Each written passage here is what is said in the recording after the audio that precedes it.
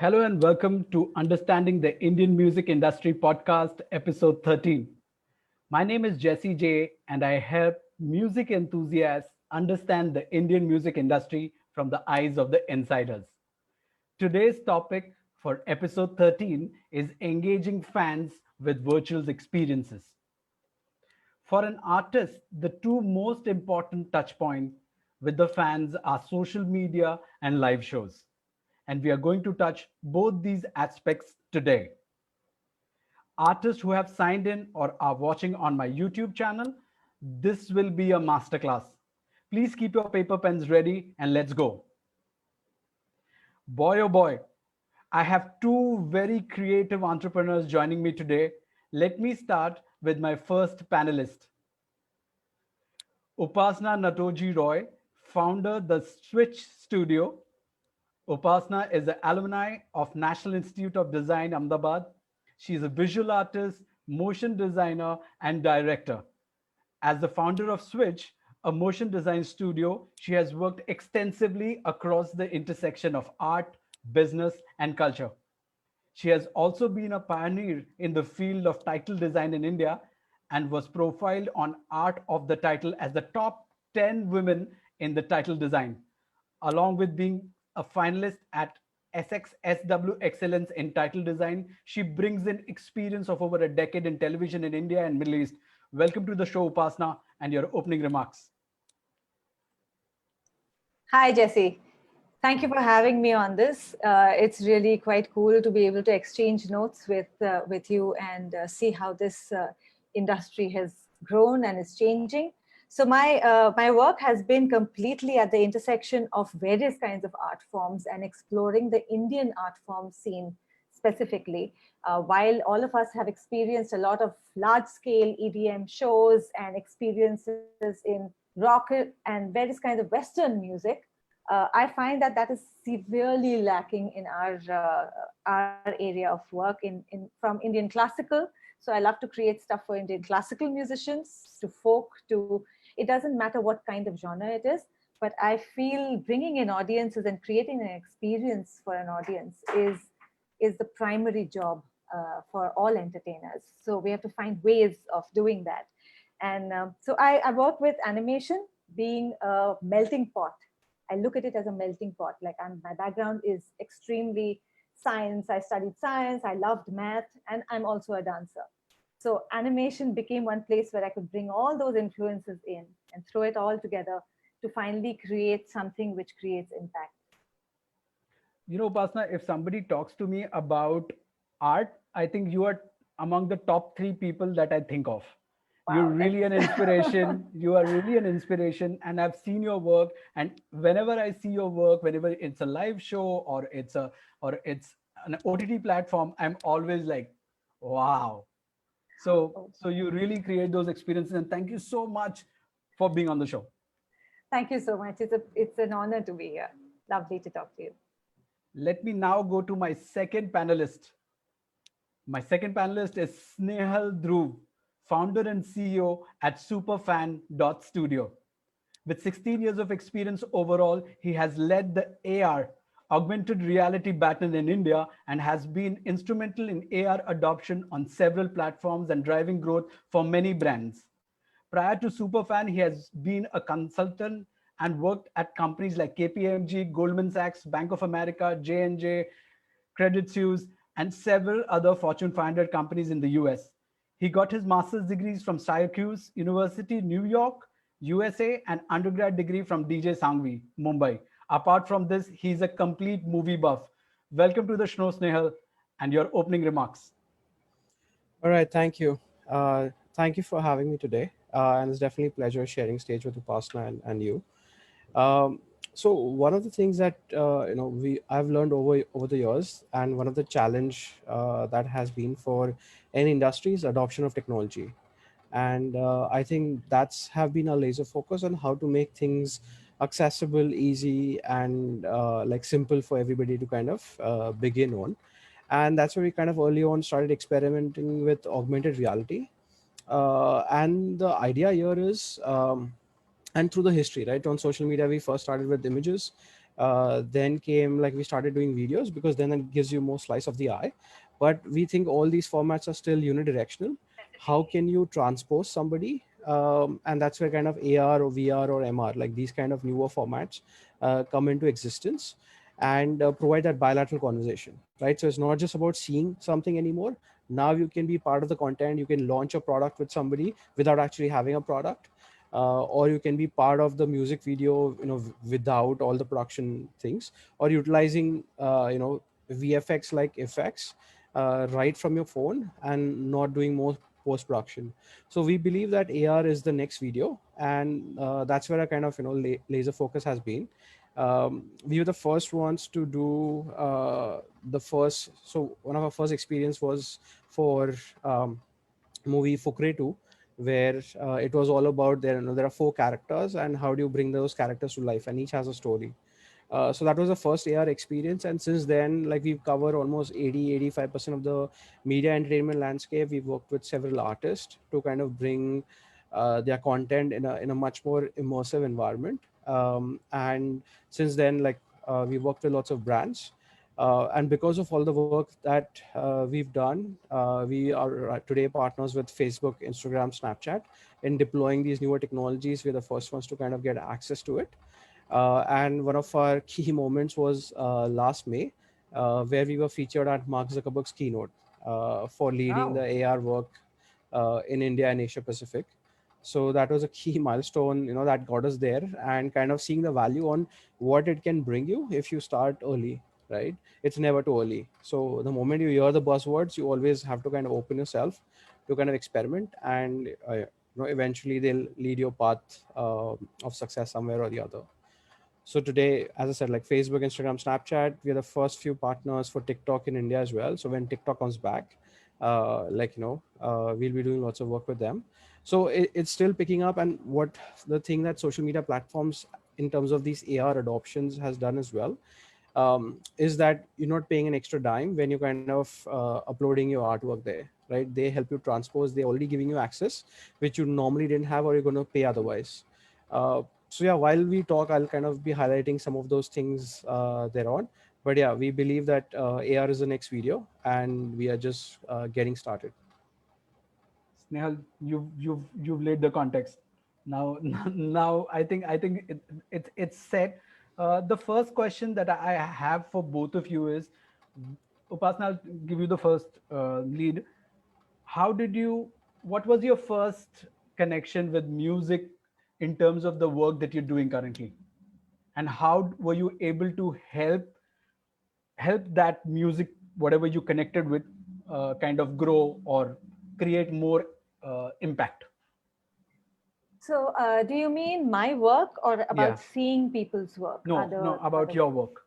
About my work. All right. So, I think one of the first things that we did was for TEDx Gateway. Okay. So that was with Mati Bani. Hmm. And what happened was it was like a 20-minute piece, like a segment in the middle of the big show that was happening. And they had musicians coming from all over the world. So there were like 13 musicians and they hadn't met ever. And so my job was to be the Sutradhar. This was a Okay. collaboration. So I Okay. didn't meet them. I knew the rough idea of the pieces that was going to happen. But we didn't have the scope of doing anything live there itself. So it had to be something pre-visualized, pre-created. And this is the first time that TEDx Gateway was using the entire screen in its entirety. Normally what happens is you have a video feed, which goes to the central part, another one which is going to the right and left. And that's how the large screen is broken up. This was happening in NSAI Dome. Can I ask you, Upasna, who approached you for this project? Was TED approached? Mati Bani. Mati Bani, and then we went and met TEDx Gateway and discussed this whole thing. Okay. Understood. So yeah, so after that, so we created around 5 pieces over there across 20 minutes. That was like a short thing. So that was the first real experiment of creating something for a live show. I had worked on large scale narrative, a short film for museums before, but I hadn't created something for a live show. Upasna, what was the artist expecting from you when they approached you? So they wanted me to create. So if you've seen TEDx Gateway, what happens Sure. is it's a large square, and Sure. you have this. The people are really small. and all of them are coming in their own outfits. So there was someone from Mongolia, there was someone from India, there was Australian wearing his own outfit. Right. So my idea, my job was to make this whole experience cohesive and bring forth a completely, like, they weren't a band. How do you create a unified experience? So what was really lovely is at the end of it, and there were dignitaries and people I really personally look up to who were there in the audience, and to have them stand up and give a standing ovation for it. And they actually were really, they didn't expect music like this to have an impact like that.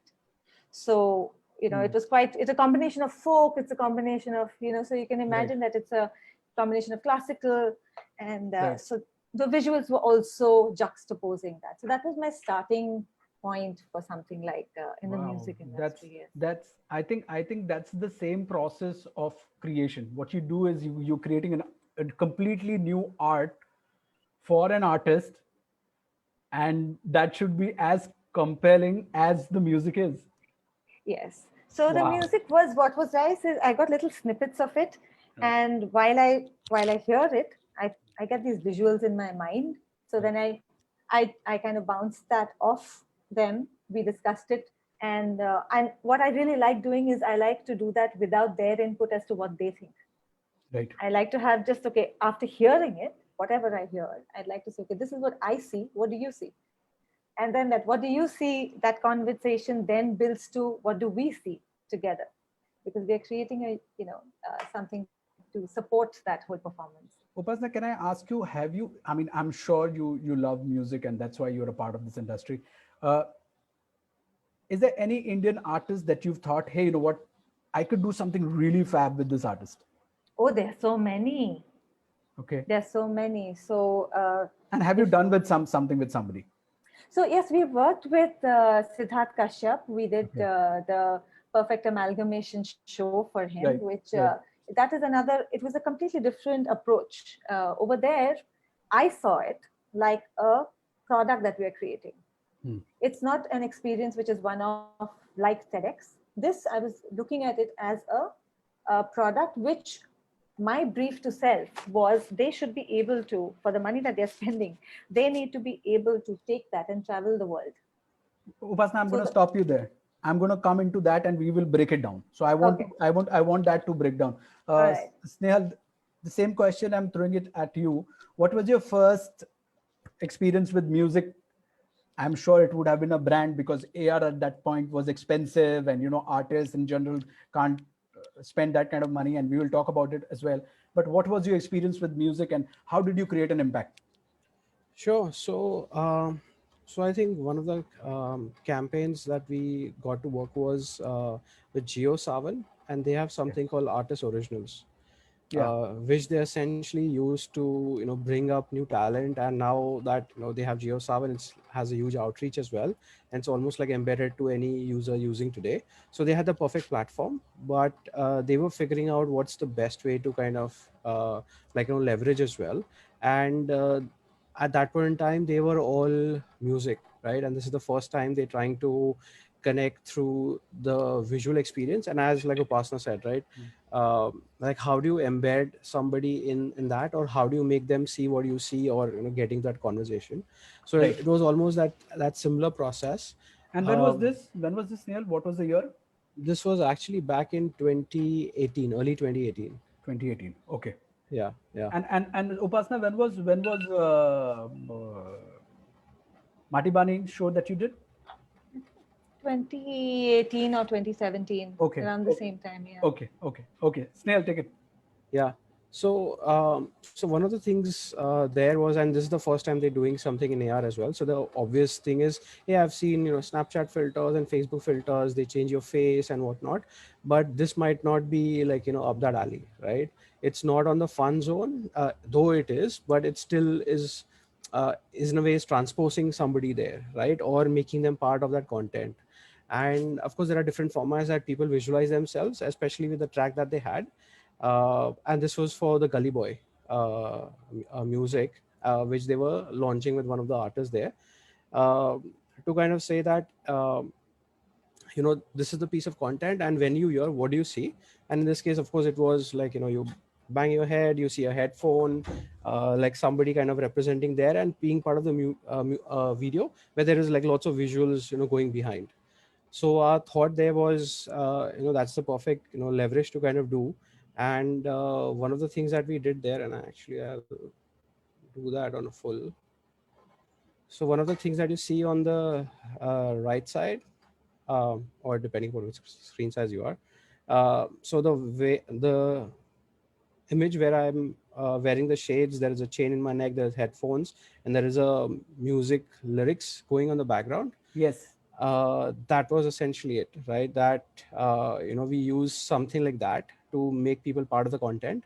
And that was the thing that artists realized, that hey, it's not on just creating a mockery of somebody, but it's also like, it's a music video, and now people get to be part of it. And we saw that, and the best part of AR is helps you exponentially create user generated content, because now it's not just trying to figure out what to do, it's just about turning this camera on, pointing to you, and just getting immersive in that music, and you record something, right, just in the funscape, which any and everybody can do. And you don't actually have to, like, have lights or anything else, right? It's just right there for consumption, and it's an easy way to kind of engage. So yeah, that was like the first one that we did, and since then Can you throw some numbers? I mean, what happened? yeah. What happened So, then when you did this for Savan? And yeah, so for on this one, this was the first experience. So, and this was back in like 2018 as well. So in terms of numbers, we reached like 1 million users or million impressions essentially in less than 3 days without any ad spends, right? So it was all organic. It was there on the feed to use, and of course this was triggered by the talent kind of sharing it. That was, to kind of know the fan base that something like this exists, and then bringing in several other artists, influencers to kind of join the bandwagon as well, that hey, something like this is released, we kind of use them to amplify. And from there on, like, everybody kind of jumped in, who are fan of the content, who are fan of the brand, and fan of the artist, right? You got to play with all of them in a ready-made canvas of sort, and no post-production that's happening here. I I feel like a kid, man. When I see all this, Snehal, I so feel like a kid, and I want to jump. Right? It's that kind of feeling when you see AR. Right? You Yeah, feel yeah, like a kid, and you want to do everything that is available. That's the first thought that comes to my mind when I see that. yeah. So, and I'm sure everybody who kind of resonates with this. My question is that आप मुझे एकदम simple भाषा में समझाओ Yeah, कि इसको simply, अगर मैं एक आर्टिस्ट हूं और मुझे अपने प्लेटफॉर्म पे ऐसा कुछ करना है, तो ये कैसे हो सकता है? sure. So let's say I'll use this as an example, right? So you do lots of podcast, and there are artists that do lots of shows as well, right? Right. Typically, what you do is, yeah, you're not going to have this mic all along, Right. right? So in this case, this is the simplest example where you're doing live shows. You have this mic, and the TC icon that you see, it can be rebranded to pretty much anything else. Snehal, I want to come in. Yeah. How does, so I'm an artist, I'm a singer, I'm a band. I come to Superfan Studio. That's what you mean. Yeah. I come on your page, and then I do what? So essentially, we've simplified the process, right? So earlier, I would say there's a pre-COVID and there's a during COVID and hopefully post-COVID story there. Let's cover the post-COVID story. We are not. Let's forget about what happened before. Yeah. So traditionally, we function as an agency. Now, as a platform, what happens is, you like what you see. You come on the platform, you sign up, essentially. Then you will basically got to a page where you can see lots of these different templates, lots of these different examples that has worked for different brands, different space, different verticals. So you can browse through on your own, seeing, hey, what does that resonate, or what kind of experience I'm liking. Once you like something, all you have to do is, there's a customize button. You hit on customize, and it will take you to the customize single product customize page. Right. There, it will tell you what are the elements that you can customize. So let's say in this case, it's the TC logo that you can change, and the color and whatnot. So all you have to do is just click on, let's say, the logo upload option there.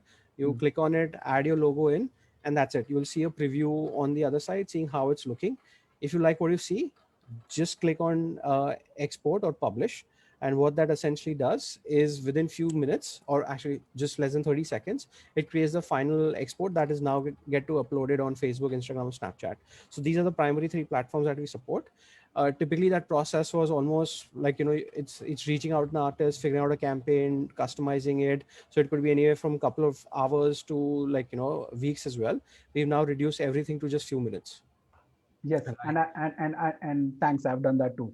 You just Yeah. helped me, and I did it like in 5 minutes, and just share it with the Instagram to approve it and done. Yes, exactly. So these platforms are providing that amazing leverage, right? So if, and this is the simplest form. Of course, there are long tail story content, that AR stories and things that you can do as well, which is a longer format. But this is just like ground zero, right? And that's our mission. That while we worked lots on custom work, and we did lots more than 250 projects during that 2.5 years working in the space. But it was all about making that accessible. So anybody not having an AR experience, those are like a perfect customers, right? We want them to try this on. We have like a free option as well. Give that a first try, see what impact it makes, because it's all about trial, right? And especially being the startup, that's our mission that we are engraved in, which is that try till you succeed, right? Snehal, S- Snehal, I think we've understood there what is the pretext, and how do you want to actually engage with also the UGC content. Yes. So Upasna, coming to you, um, we also, before the show started, actually you put me into a very nice space, which I love. In fact, is um, the lyric video, Mhm. right? Can you tell me the process of actually how it happens? What do you want? So let's say an artist comes on Switch Studio and looks at your work. How is the process? Like, how do you do that? So would you, does the artist mail you? I mean, can you tell us about the process, and also tell us what do you think about this lyric video as a prospect for an artist? I think lyrics videos are very exciting, and Hmm. I think more so in India, Hmm. which I don't think has been explored to its fullest at all. And maybe even lyrics videos for in the AR space would be very exciting, because all these tools which are there, I find technology is just aiding in the creation of these various things that artists want to create. Hmm. So this is just giving us more toys to play with. Like you were saying, we feel like a child. So lyrics video is also one such area where you don't, one is budgets, of course, or everyone is always in a crunch for budgets. So when you are working with lyrics videos, you typically are not thinking of a shoot based thing, but frankly, you can expound on it as much. You can make it a really complex, large scale production and still be a lyrics video. And you can also do something which is very quick. Coming back to the process. So I follow a my design process is works for all the projects that I work on, actually. Whether it's for a brand, whether it's I'm doing an art project for myself, I will firstly do a discovery. So when I say the discovery process is a jam, the jam could be just with me, myself, if I'm doing an art project. It could be a jam with a musician. Hmm. To start with, I would listen to the song if it's a specific song at play, and without listening to any inputs. Like it's like watching a film without a review. So I don't have any preconceived notions. I'll just listen to the piece, and then we sit together and jam, know where the musician created this from. What was the point of creation? Are there any things that are already in mind? So then I would come up with what I see, to discuss with the musician what I see in my mind. And we would then find a marriage between those two, because finally, I'm a visual artist and the music triggers things in my mind. And it's probably the opposite for the musician, sometimes simultaneously. Whenever I've spoken to musicians, they already have something that they have, or an emotion that they want to trigger. So you want to share that emotion. You want to share that with the person who is seeing it, whether it's a lyrics video or anything else. Hmm. Hmm. So based on that, there would be a proposal that we will work out, and proposals uh, can go through different iterations. So that proposal we would discuss visual directions. Sometimes, if the music has left a very strong impact on me, I might just say, okay, this is it. I just want to do this. I will not give three options. So the options thing, we are discussing that if I feel, okay, there's so many ways of doing it, but very often I do find myself not giving more than two. And then we discuss that and build that further. That's your proposal level. We lock all the budgets and stuff at that point, because that's when we get to understand what is the visual style, what is visual style, and hence how much time it will take, how many people will it take, etc. So that's only when you know what kind of style you're looking at, or what kind of duration you're looking at, who are the teams that are going to be involved, can we work out a budget. The other way of doing it sometimes is get a budget. Like, instead of doing this back and forth thing, you already know that, okay, this is all that I want to spend on this, or I can spend on this, and work backwards from there. What is possible? And my job is always to get the best out from that, you know. So Upasana, we are still at very early stage of in the India music. process, yeah. We are still in a very early stage. So how do you kind of tackle that between art and the process, which is, I mean, how do you, I mean, people don't know how much, okay, I just need a lyric video, man. I mean, I've seen your stuff work and it's good, but Yeah. I just need a lyric video. Do you have like a template or something that you can create for me? So is that something that you can? I actually prefer not working on full-on templates, because you will just be, I actually feel, as a creator, I feel it's my responsibility to not add to the clutter that exists. So if I'm taking a template which 20 others have already done without my input on it, then my input or the stamp of the musician I'm creating for, or the brand I'm creating for, if it's not for that brand, templates come handy for elements. So when I'm talking about, if Understood. I'm doing something, some of the elements I might pull out from templates in order to make things faster or help with a smaller team. But I Right. would not suggest taking a template and using it as is. Or I typically don't really engage with brands who need that kind of thing. I will Understood. work with a brand who needs that kind of identity. But yeah, I'm happy to, in terms of how do I work my studio, it would be my diversity of projects. So I work on a wide variety of projects at the same time. So there are projects which are close to heart, which don't have much budget. Right. And I work around it and I suggest how Right. to make that happen. And I'm always on the lookout for tech, new kind of tech, all the time. Right. So to adapt and change my workflow if it's possible and required as well. So yeah. Upasana, that this is a question that I would like to throw at very initial stage, because I see I'm in a very different space today. How do you discover music, Upasana? Do you listen to music on a everyday basis? Do you do that? All the time. And how- And I just, now it's Spotify, yes, but otherwise I just typically look for things I haven't heard, and then say on YouTube it'll give me some suggestions. So it's basically like that. So I like to just meander. Okay. So that's, I don't go hunting So for when a you specific when you one. like some music, do you discover that artist? Yes, then I look up about them. Yeah, and you do that? Yeah, Wow. yeah. Okay. Are you listening to So- independent music in India right now? Not so much. I wish I would. So do keep sending that to me. Okay. I have Okay. friends who are in the scene. Of course, I listen to a lot Okay. of their music and stuff that they suggest. There is a very beautiful video by Arijit Singh which has come out. Okay. You should definitely. It's a piece of art.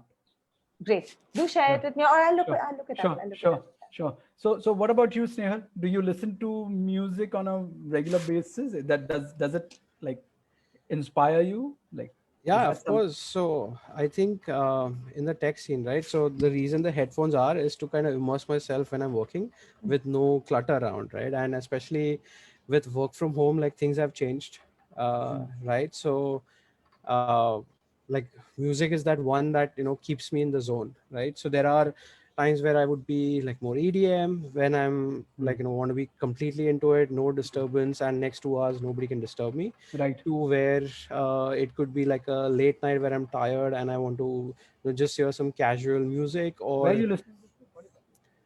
actually all across the board. So I use Ghana, I use Savan, I use Oh. like See, Spotify. you are a deep music, deep listener. I'm like Yeah, everywhere. because one of the things I like essentially using different platforms is everybody has a different recommendation engine. So Yeah. I like to see as well what they kind of throw out, right? Is it could be a long lost track that I know heard of maybe like a couple of years back. So that's what Ghana sometimes does, is kind of gets you caught up with music that you could have heard like long time back, and they basically bring that music in your playlist automatically or recommend you that randomly. So that's like fun to see, right? That I loved it at that point in time, but then I totally forgot the new music came in. But then it's good to kind of go back and see, like, that also kind of put you in a different zone. Right. So that's why I like to experiment with platforms, and of course I see it more from the tech in terms of who's throwing the best recommendation eventually, and to understand from that perspective. Upasna, how important is the visual space when it comes to live music? Since you've created a number of live experiences, can you can you can you give me a perspective from the from the fan perspective? How important is it? How do you think from the fan experience? Can you take us into that space? So the thing is, when you're in an event, Mm, it's not, you're not just listening, you're not plugged in and listening mm, with your own. It's like the difference between reading a book and watching a film, mm. right? About the same thing. While you're Right, reading a book, you create your own impression, visual experience. It's a very internal process. right, While watching a film, you're in there and it's presented to you. So it is a performing art. right. That kind of uh, music is a performance. It needs to engage, it Mm, needs to draw attention, it mm, needs to mm. hold attention. You can't just have, if I'm listening to something and it needs a narrative. uh, why does it need a narrative? If something is, the music might be going fantastically beautifully as a narrative in the mind of the performer, Hmm. but if that narrative is not projected onto me as a visual, as a viewer, I will disengage. It will finally just be something which is in the background. So coming back to narrative, if everyone knows, at some point they have done fiction narrative and things like that, is like, how do you tell a story? So you have a building action, you have a conflict, and you have a resolution and a falling action. So this graph which is there needs to happen a couple of times, not just once, of course, within one piece. And that is what keeps you going. There has to be surprise, there has to be element of suspense, there has to be, so it is something where you're constantly saying, hello, you don't look away, you come back right here. So this also comes from my Bharatanatyam background, which is when I perform on stage, I always want to have lights on my audience when I'm as a dancer. Typically, traditionally, your audience in Bharatanatyam performances is in the dark. You're actually performing to this dark thing. But I always insist on some house lights, because then you can look at the audience and engage and have a conversation. And that conversation doesn't have to be away from your choreography. So the visuals, coming back to this, is that added layer, which helps you reach out and grab the audience. And there is some kinds of, like, say, this is something I think all of us have experienced just before the lockdown. Hmm. The number of gigs, the number of experiences that were being created, the number of festivals. We were signed up to go for a couple of festivals as well. It's great, has been crazy. People really want that experience. They need that experience. It's that bridge between your artist that you love and who have jammed to, and then seeing and being unified in that experience. When you're in that space. So that's I think a very important engagement in the live aspect of things. That's, I But think, unfortunately, in the online space, because this is so new, uh, I'm looking for ways of creating that engagement now with these screens that we are talking to. We are now talking to yes. each other through these windows. So if we can open up these windows a little bit, bring in something happening there, that would be so amazing. So Ab- tech, we need tech ab- for a- that. Absolutely. And that's the main reason why everybody who's listening to this podcast, this is the reason why I told you this is going to be a masterclass. Upasna, you just took us into a complete journey, which was which explained every nut and bolt of amalgamating visual with the art performing. So thank you so much. Uh, Snehal, Yeah, when I look at you, I'm sure you are always a step or a two ahead of all of us, yeah, yeah. right? That's how you think. So now I want to know that if you put a, let's say there is a new single that an artist is creating, right? So I'm an artist and I am creating a new song. Yeah. Now this song is a love song, right? Hmm. That's most of the love songs in India. So so it's a Yeah. love song, Yeah. and I want, every artist wants his or her song to be viral, right? Hmm. Has to reach more and more eyeballs, more and more. So how, if I come to you, how would you help me? Sure. So, so one of the ways we do is right is basically going through that visualization process, and for us, like that visual is also very key in terms of what is this connection. The only challenge that we have, that we only have, let's say, 5 to 10 seconds of attention, right? So whenever somebody is going to come on a social platform, discover you through post or feed to try an AR experience, you only have first 5 seconds to get the person's interest, that they might use it or might not use it, right? And is it for everybody or is it not? So there are lots of decision making in that process, and one of the things that we also focus on to suggest the artist and who's your target audience, right? Okay. Generally with love songs, the first obvious answer is like uh, girls, right, or women as a first focus, because they feel that's the first connection that they should establish, and then kind of like for some reason guys are the second adopters where they later on come in the flow. But yeah, I think otherwise. But yeah, like that's the first thought they'll come up with. Right. And if that is the case, then with AR, one of the things that we'll say is, hey, then we actually have to make the person look better or beautiful. Of course, not across the board, but adding certain elements. So one of the things that we can do in AR is retouching, Hmm. and that's the simplest form, that actually those are the filters, or those are the AR experiences that do the best, where you kind of making somebody first of all look better, right, to where they are. It could be less of light, or smoothing of the skin, or adding some little makeup there. So trying to make that connect, right? So that data basically helps us that, hey, do we need to have the retouching element as the person will kind of experience it. Once that is kind of sorted on who's your target audience, and of course the other decision is that if it is for both, then we can't have something where, like one of the things that we realize with Sanju as well, right, that's on the background, that it's with a beard. So one of the challenges that we had, Hmm. so early on with that, was that there's no chance any girl is going to use this, right? Hmm. Nobody wants to see their face with the actual beard and all those things. So that connection should be very simple. It shouldn't have the elements that is one gender focus. It has to be like across the board, right? So those are some of the decision points that we'll take through. And then is eventually coming to that, again, like closing your eyes, what are the elements that come to your mind? That if they have a music video for reference, then we kind of will use that, or they have certain creatives, then bringing those creatives into the space is one thing. But then it's again, like if it is focused on, let's say, festivals. So one of the things that this was for a music content for, of course, Kalank. Hmm. Okay.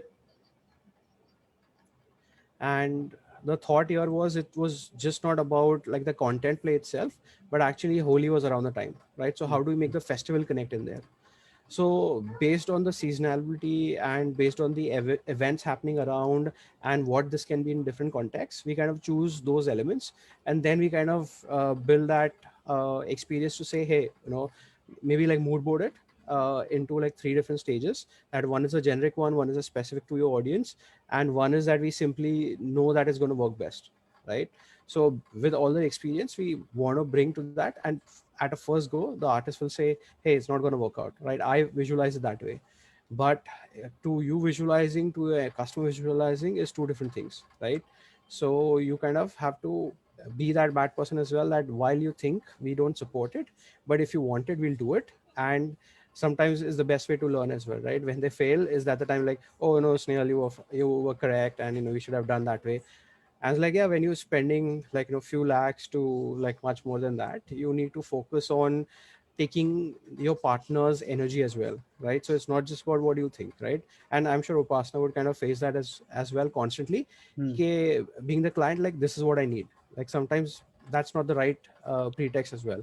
Like you leave the canvas open, you leave it to the best people that you work with, and that's it. That's where it should be, and then they can give you the best suggestions. Snail, what are the challenges that you face? I mean, just I want to understand. Let's say you put out or something to do, and it Mhm. actually is not giving you the numbers that you envision. Yeah, yeah. So what happens then, or what are these challenges? So Indian market, Indian mentality. What are these? sure. So one is of course, having that pretext or pre-visualization that this is the only way that I see, and then we end up doing that. But then we always keep a backup, right? If this is not going to work, and we generally do lots of, if it's the first time a customer's coming in, we'll tell him we'll do an A and B test, right? You think that this is going to work? Let's begin with that. But then we think this is going to work better. Then we have that backup option as well. And we want to make it, and especially with these new technologies, right? If you fail, especially the brands, they don't see it that way. They think कि मैंने एक spend किया था, I didn't get a success, so I'm not going to use it other time, Hmm. right? So we also have changed our perception that it's about leading that baton well, that there is going to be a failure and there is going to be like an opinion coming out of it for you to learn. It's up to you, how do you see it? Is it a one-time gig because everybody's doing, you going to do it, or essentially no, you want to experiment, you want to get better and better at it, right? It's with any artist on the content as well.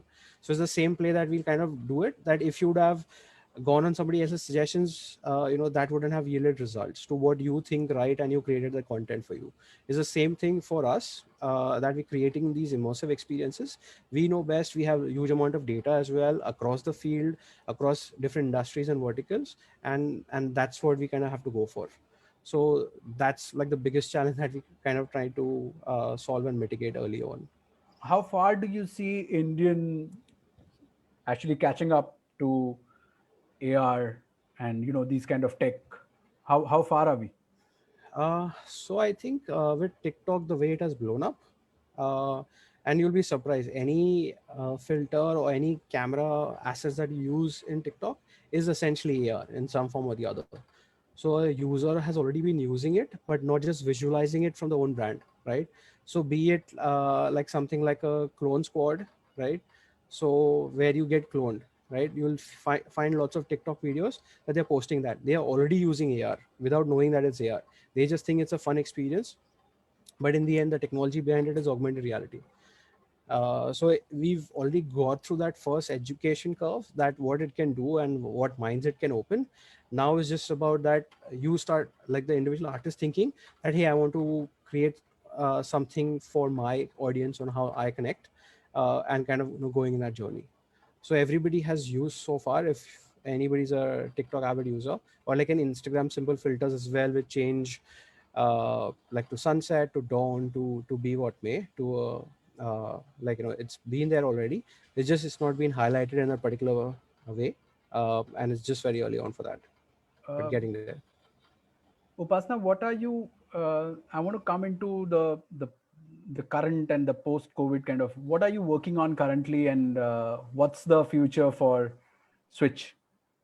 Oh, so all our, I've tried to break down the studio into verticals and stuff like that for people to understand what we do, but pretty much it comes from the background of, like, personally, I believe in work life integration. There is no work life balance Hmm. anymore. That's a very old concept. Work life integration means the work I do, what I choose also, if it's for Switch as well, is stuff which is an extension of what I believe in. So there is, so for the brands, I continue to do brand films and stuff like that, which is not ad films and not corporate films. These are films, brand films are films which show the authentic voice of the brand, which is what people will buy today, because you have the hands of the advertising mediums and platforms are at our fingertips today. Right. So that is one whole vertical that I work with, where I Hmm. work with either funded startups or with heritage companies who are reinventing themselves. The second vertical is, of course, title design, as you had already mentioned in the beginning. The third one is the most exciting one because that's experimental. So there are films for museums that we are working on. We are working also on art installations where we are discussing using of AR within that as well. So if you're creating an actual installation, would there be another level of involvement in it? Would there be another level of involvement? Is there something that you can take back with you? Is there a piece of the art that you can take back with you? So video art installation is a space that I'm very actively working on. That is something which is, again, unfortunately very nascent here. Internationally, when I've traveled, I've seen a lot of work there. But I'm looking for brands who are open to working in that space because, and when I'm saying video installation, there can be the same piece, for example, can exist in multiple platforms, which then becomes very practical to be used. So if I'm creating a film, which is a 360 or a 260 film, if I would create a VR version of that, and I would create so instead of having just that film, which is going to be available only when I physically go there, Yes, there yes. needs to be versions of it. So looking at it, the way my advertising background comes handy. So where we create a 1-minute film, then you have cut downs of it. So now Right. instead of just 1-minute film and cut downs, 1-minute film and versions for various platforms. Right, right. So that is where we help with art projects, even for our brands. We suggest after when I'm making a film, when they come to me that, oh, my brand needs a film, I typically ask why. Why do you need this film? What do you plan to do with it? Based on that, I might suggest that maybe you don't need a one film. You need probably 10-seconders. Right. Or you need, and which will be seen like this on Insta, on like this, and also checking whether that brand needs to be on Insta. Not everyone needs to be everywhere. Right. You need to adapt and adopt to the platform which works for your brand. So identifying that, these are the things that we are working with. I have also started another company called Roy Studio with my husband, which specializes in talking to brands specifically and business design. So that's the business side of things and very systems-based projects. Right. So over there again, the video installations are places where we collaborate on. So collaboration is something which is actively happening across the board. So I remember before the COVID, you were doing like an independent scene at your office. Now the office is shifted to Goa. So I think you'll have now more independent stuff happening there. Yes. And it's going to happen from across the world now. The world has now become, it's our oyster. Upasana, sorry, I'm going to cut you there. Upasana, do you document what you do? I mean, people would love to see what you're doing actually. Do you do that? I embarrassingly say that I'm not very good at documenting. I'm looking for someone to help me document, but I'm beginning to do that bit by bit. Hopefully I should get better. Wow, because you're in Goa now, I think that the setting is also perfect. And I think documentation process should start should start. It's a good foundation, what you're doing, what you've done so far, and what you're adding value to the industry. I think it's going to be learning for so many people, and that's why I wanted you to be on the show because people would like to see, okay, who's already doing it, who is already breaking those rules and creating new every day. So it's been a very fun ride. We also started, I started my other thing called Little Switch, which is like an extension for children because I have a kid. And she's an inspiration on one hand. At the other hand, the work I do is animation can be brought across to so many. How do they jam with new technology? Right. So being an 8-year-old, she uses Canva all the time already. She makes cards for me every day. How do I bring what I know and make them responsible creators? Because with these tools, while I love having variety of tools at hand, I myself try them out as much as I can. But how do you create, there is so much, you talk about environment and environmental pollution, there is digital pollution as well. Because these tools are easily available, readily handy, it's there on everyone's phone, there's a whole lot of nonsense being created at the same time. Right. So the democracy is great. The understanding of with great power comes great responsibility. So that is something. So that was that the reason why you created Little Switch? One of the things, yes. Also, we talk about, so yes, that is one of the things. We also talk about the future of work, the future of jobs, the future of roles of jobs. Like a lot of designers might feel a little stressed out that AI is coming in and they will do, I can design everything. I don't need to be a designer. But Right. those tools are used by human beings for human beings, after all. So they're adapting or adopting a new technology doesn't make you redundant. It just makes you like a goddess with many more tools to play with. Right. So I think this aversion to any kind of tech or fear as well is something which I think we could do without, uh, not just from the creator's point of view, also from brands, because the brands who are, they are the patrons today.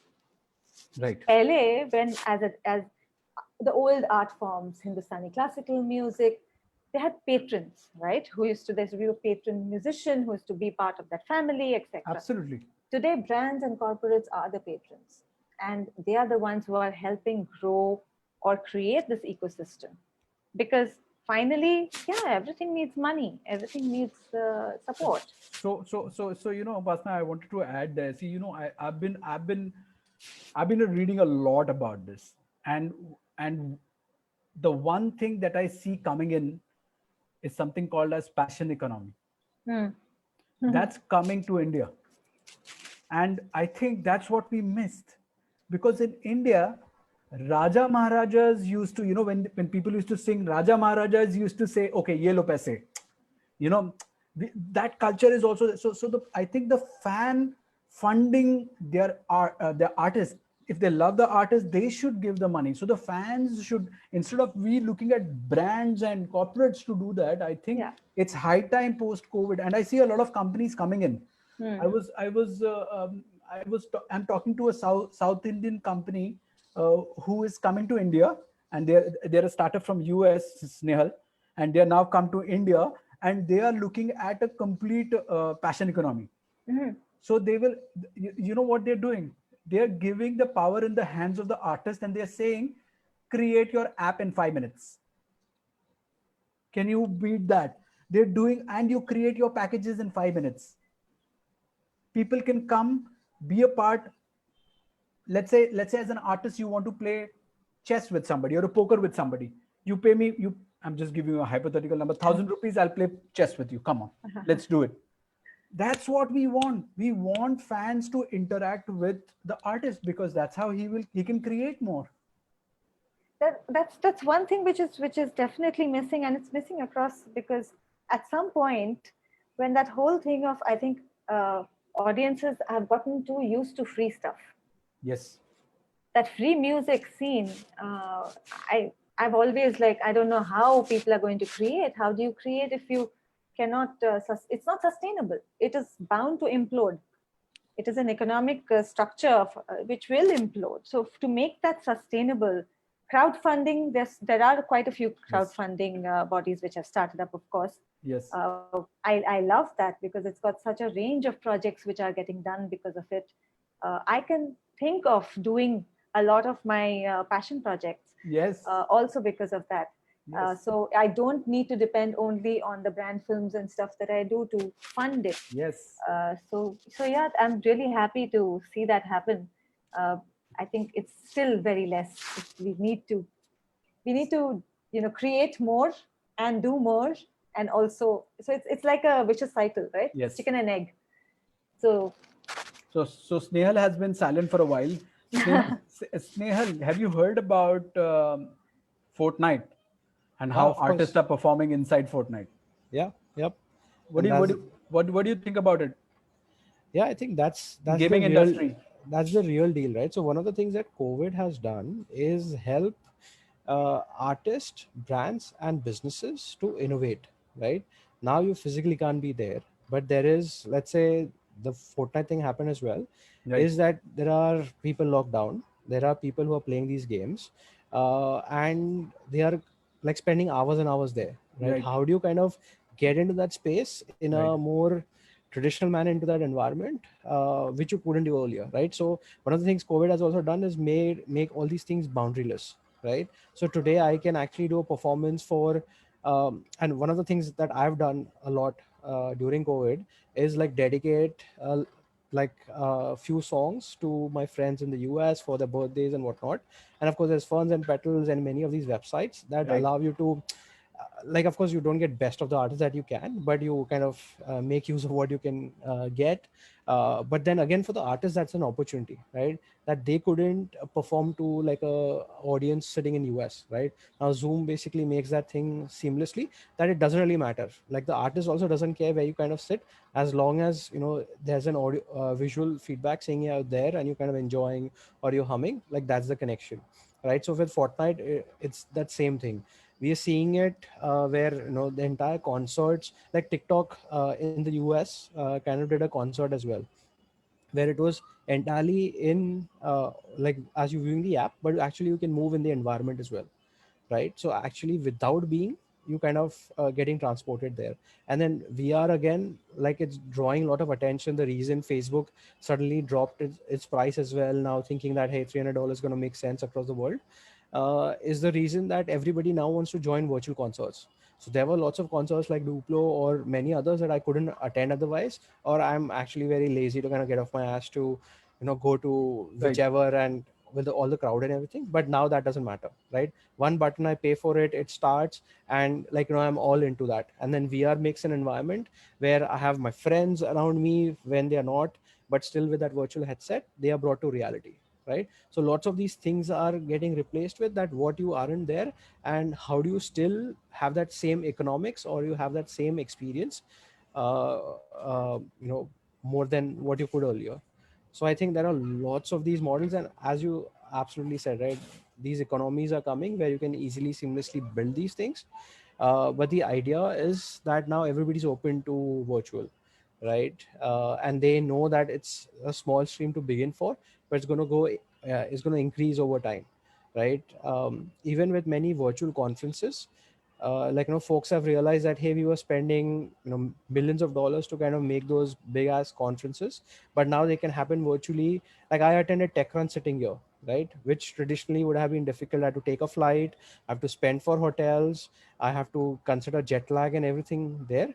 But in this case, I was just sitting in my room, attending, watching lots of these conferences, connecting lots of folks, networking more seamlessly than I would have done traditionally, right? And then again, like partly I'm sort of introvert in this, but in this case, it was they were forcing to connect, right? So all I had to click is I'm open to connect, and they would randomly make people, like two people talk. So, Uh, so, yeah, so, so, so, Snehal, I understand that you're saying that there is a lot liquidity interaction that is already now there in the atmosphere, and it's time we adapt, and it's only going to grow. exactly. It doesn't hurt to try, right? That's the Yes. first thought that should be embedded. And once that is, like, try till you succeed. If Yes. not, find the next thing that you should try, right? It doesn't work So, out for everybody, I'm but I'm, yeah. I'm going to throw a question to both of you. Uh, is there is there something that you write that is out there for people to go and read, because you've been there in the industry for a while? Do you share your experiences, and if not, are you planning to do it? Is there some blog where we can go and read, people who are watching this could go and read what you've done and shared your experiences? Is there something? Snehal, you want to take it? Yeah, sure, I can. So, so if you go to our Instagram feed, which Hmm. is our handle is Superfan Studio, you Okay. will see all our work there, right? Right. We make sure we put it there, Right. as well as there is a face icon there, which Hmm. also allows you to try many of these AR experiences to kind of get that first-hand experience. The other is, of course, we blog a lot, and all these links are easily available from our website. All our social handles are generally like updated with all the information, so that's the best source to kind of get it If I all. want to learn this AR, how Yeah, much time does it take? with a new tool, nothing, right? You just sign up, you click on the first try, and that's it, No, right? no. I Within mean, few I minutes. want to create this. Yeah, I'm talking about creation. That's the goal with Superfan Studio, that we are removing that No, at process the of. back end, I'm talking about at the back end, the creation process of this AR. I mean, this. Sure. So yeah, So so if if you I want go to be like an engineer, what do you call it? Do you call it an engineer or? AR creator, we call it. Okay, okay. So I But want to be an AR creator. Now what happens? yeah, so surprisingly the same answer, right? We've created this no code browser based tool where you don't have to learn 3D modeling, you don't have to learn animation, you don't have to learn scripting. You just come on there, pick some templates that you like, and just let your creative juices flowing in terms of whether you want to create for, let's say, Thanksgiving, Halloween that's coming up, for Christmas, or Valentine, or be what may, right? It's just now left to your creativity. So we're bringing lots of these pre-integrated solutions where you can search for GIFs from Giphy to images from different sources, and now you're making part of the content, right? That's it actually required. How ex- Traditionally, I'd how like to ask a question Sure, in this please, context, if you please. don't mind. Is like, sure. as someone who's a designer, if I would like to put in stuff which is my design stuff Yeah, within it, so is there a? I'm sure there's a possibility of doing that. Is that yeah. a back-end collaboration, or is it on that platform itself? So many of the templates that you see, and if you like something, you can easily replace, and it will tell you what you can replace. So that's All right. your step one. If you find something that you've seen somewhere, or you like something and you want to kind of utilize that, or you want an open canvas, hey, let's create something from ground, that's the only time you will do a custom request, and then All we'll right. kind of figure out and create. But what in the end we try to do is still bring it as a pre-made template, because one of the challenge that we've seen, right, of doing this process is not everybody can get the storyline right, not everybody can get the design right, right? So we getting all these blocks in place, and now it's just up to you to adapt to that brand, or to your brand assets. So So yeah, I you guess I guess a storyteller and a designer would be able to then collaborate with you and figure out creating other custom stuff when custom stuff, you yeah. But already know. Yeah, yeah, cool. but the long term goal is being Canva for augmented reality, Yeah, that's right? your focus. I got it. Yeah, Yeah. yeah. So that's the goal, and the editor keeps on getting smarter and smarter, and everything like starts at $15, which is give or take around 1,000 rupees, which gets you 15 AR experiences that can go on Facebook, Instagram, and Snapchat, right? Traditionally, something like that on one platform would cost anywhere to begin for $2,500 and above, like, or a lakh and a half to 2 lakhs almost.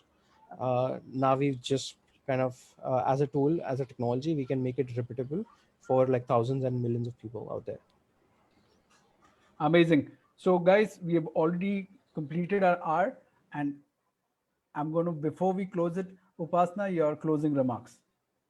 So this is very exciting times that we are living in. So on one hand, there is all of this digital stuff that's happening. How do you maintain our humanness within it? How do you break out from these windows Right. and reach out to each other?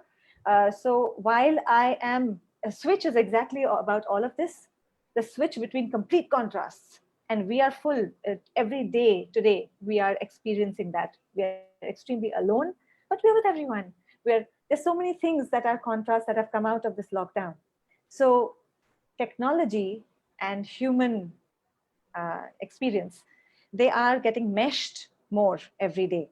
The more we are able to do that without losing touch with reality, because I'm a little concerned sometimes about a certain generation of children, or that does happen. I love games. When you get into it, you just forget. But keeping that balance is something which is a fantastic challenge to have right now. And I find it an exciting challenge. So, how well do we do that is what we are going to see. And it's going to impact art and the way we create it very majorly. It already is. So, thank you for having this conversation. It's been fun. Thank you. Snehal, closing remarks. Yeah, absolutely. So I think I'll end to what I began with, right? Which is that it all starts with keeping an open mind. So whether it's exploring something as an artist, creating content, or experimenting early on, right? It's very critical to kind of have that frame of mind. And then to what like Upasna kind of mentioned as well, right? That today actually I spend more number of hours on my laptop because this is my world, this is my way or window to connect. But at the same time, it's very important to keep things real, right? So the good balance is very necessary, and to adapt these things only just drives that part to you. For us, AR is the next video. We are looking to democratize AR for everyone, and that's our long-term goal. And yeah, it all begins with that first try that we are kind of getting on the path for. So again, thank you for having me here, and was a pleasure to be part of this. On that note, thank you so much, Upasna and Snehal, for being a part of this special 13th episode about arts, visuals, and fan engagement. I'm sure everybody has learned a lot of things from this particular podcast. I look forward to have more conversations with Upasna and Snehal in the future. If you have any questions, you have my email ID. You can send me any questions that you have, and Upasna and Snehal would be happy to take them. Um my my request to everyone is you can watch these videos, the past videos on my YouTube channel. This is Jesse J. You can subscribe on my Facebook, Twitter, Instagram. Ask me questions, whatever you want to learn. My whole it gives me motivation that more and more people join our community and learn from this podcast to better serve the community and the culture and art form. Thank you so much again. And next week, sorry, the next show is going to be very interesting. Sorry, I didn't add that. Next show is going to be very interesting because what I'm doing is I am getting two different altogether perspectives. So I'll get you west and north of how the YouTube numbers work. So I'm going to get you two guys who actually mastered this art of YouTube numbers. And what do they actually do? What are these numbers? Are they fake? Are they organic?